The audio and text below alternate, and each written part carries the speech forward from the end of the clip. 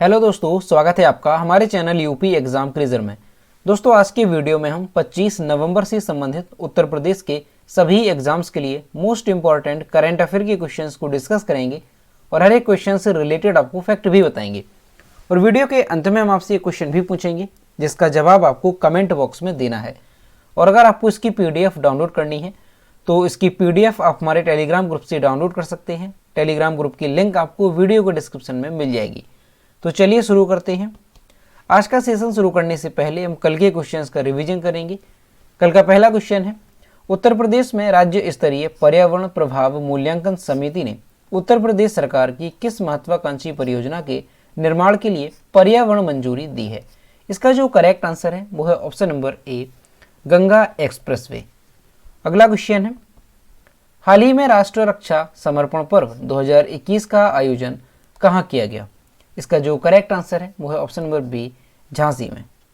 और दोस्तों, Uttar Pradesh current affair की लास्ट 10 मंथ की अगर आपको PDF डाउनलोड करनी है तो उसकी लिंक आपको वीडियो के डिस्क्रिप्शन में मिल जाएगी। वहाँ से आप इस PDF को डाउनलोड कर सकते हैं। इस PDF में हमने जनवरी से लेकर अक्टूबर 2021 यानी लास्ट 10 मंथ के उत्तर प्रदेश करंट अफेयर के सभी इंपॉर्टेंट क्वेश्चंस को विस्तार पूर्वक बताया है।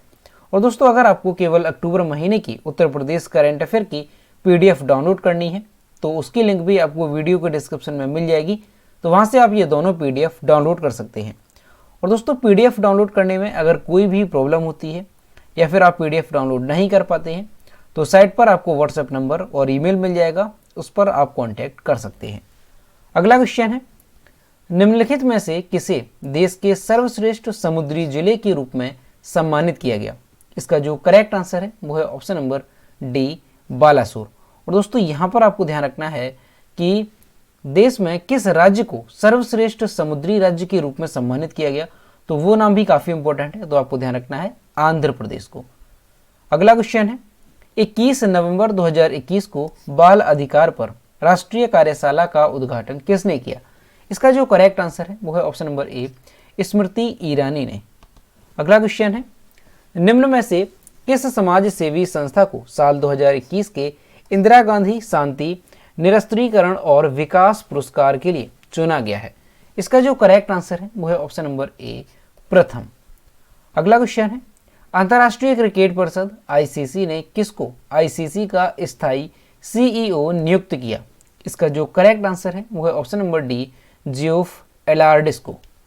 अगला क्वेश्चन है, हाल ही में किस टीम ने सैयद मुश्ताक अली ट्रॉफी का खिताब तीसरी बार जीत लिया है। इसका जो करेक्ट आंसर है वो है option number B, Tamil Nadu team ने।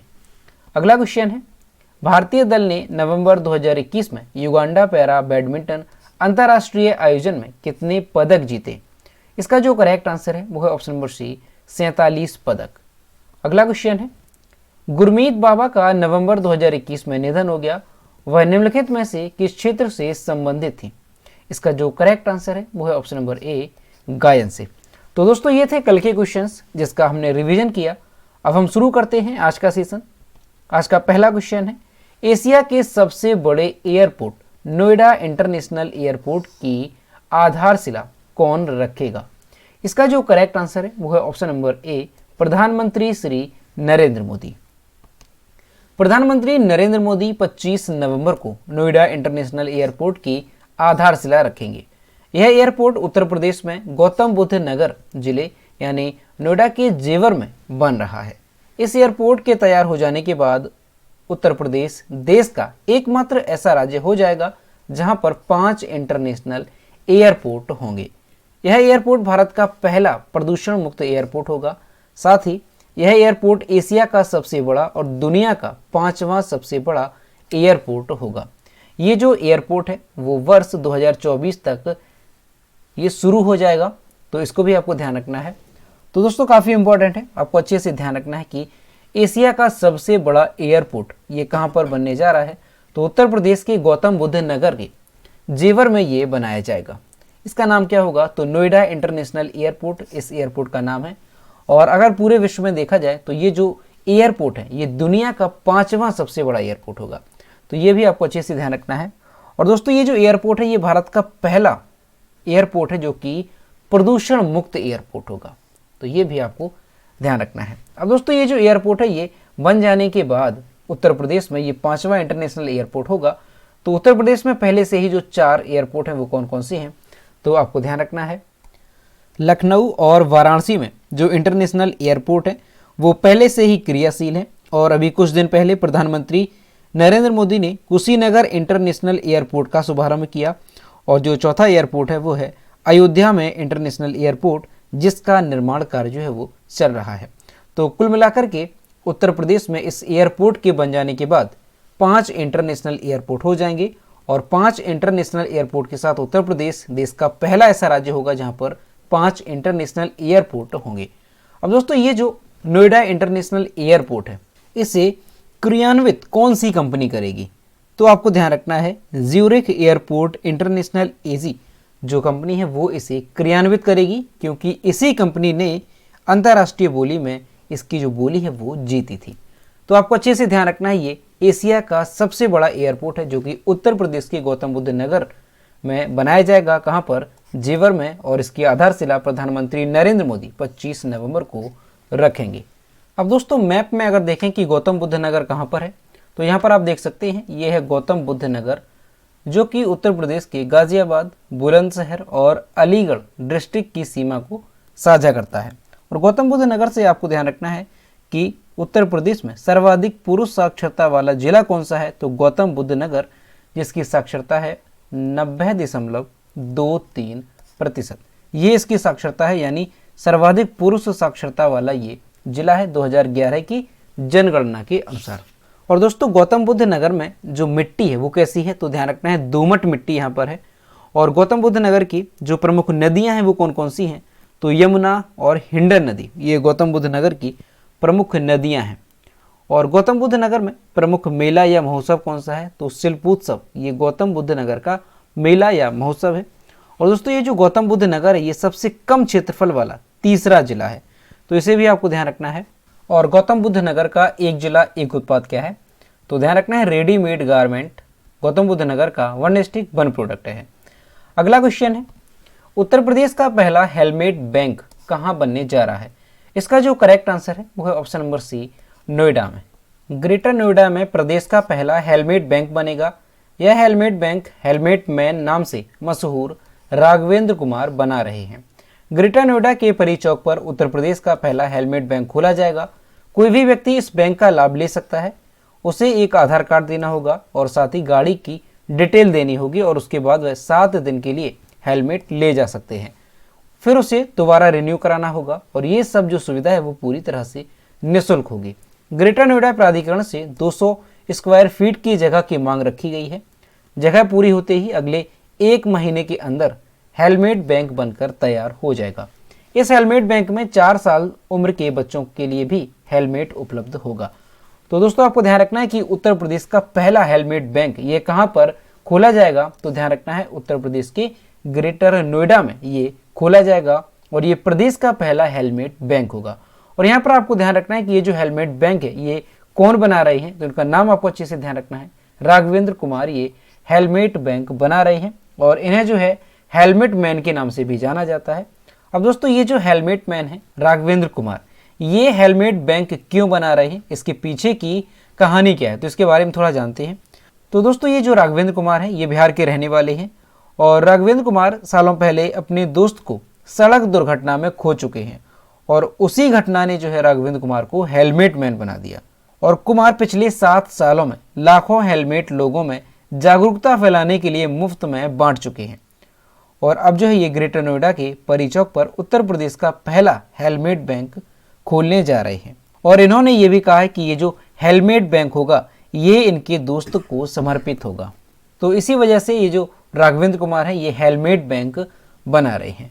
और दोस्तों ये जो राघवेंद्र कुमार है ये कौन है, तो यहाँ पर आप इमेज में देख सकते हैं, ये है हेलमेट मैन राघवेंद्र कुमार, जो कि उत्तर प्रदेश की पहली हेलमेट बैंक खोलने जा रहे हैं। अगला क्वेश्चन है विश्व मत्स्य दिवस के अवसर पर उत्तर प्रदेश मत्स्यजीवी संघ को कहाँ सम्मानित किया गया। इसका जो करेक्ट आंसर है वो है ऑप्शन नंबर बी, भुवनेश्वर में।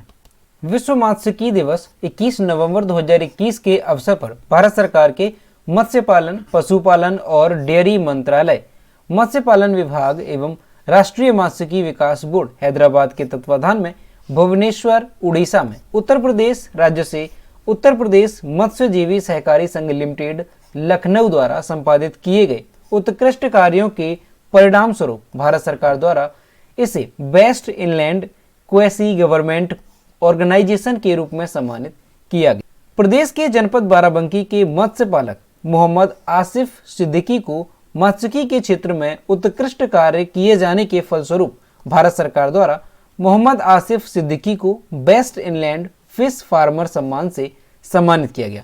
तो दोस्तों क्वेश्चन भी मोस्ट इंपॉर्टेंट है, आपको अच्छे से ध्यान रखना है कि जनपद बाराबंकी के जो मत्स्य पालक है मोहम्मद आसिफ सिद्दीकी, इन्हें जो है बेस्ट इनलैंड फिश फार्मर सम्मान से सम्मानित किया गया।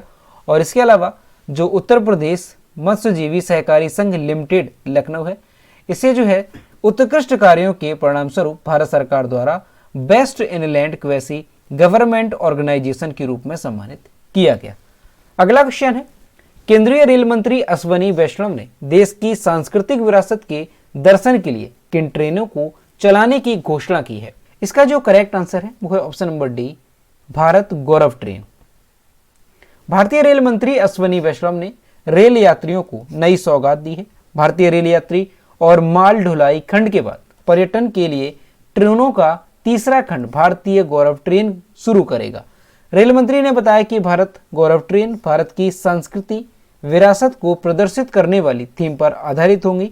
रेल मंत्री अश्वनी वैष्णव ने इंडियन रेलवे के पैसेंजर और फ्रेट वर्टिकल के बाद टूरिज्म सेगमेंट का ऐलान किया और इसके लिए लगभग 190 ट्रेन आवंटित की गई हैं। तो दोस्तों आपको अच्छे से ध्यान रखना है कि जो रेल मंत्री हैं अश्वनी वैष्णव, उन्होंने पर्यटन के लिए ट्रेनों का तीसरा खंड भारत गौरव ट्रेन शुरू करने की घोषणा की है। और ये जो भारत गौरव ट्रेन होगी ये भारत की संस्कृति और विरासत को प्रदर्शित करने वाली थीम पर आधारित होंगी। अगला क्वेश्चन है, 24 नवंबर को हुई केंद्रीय कैबिनेट की बैठक में तीनों कृषि कानूनों को वापस करने वाले बिल को मंजूरी मिली। कैबिनेट की अध्यक्षता किसने की? इसका जो करेक्ट आंसर है वो है ऑप्शन नंबर बी, प्रधानमंत्री नरेंद्र मोदी ने।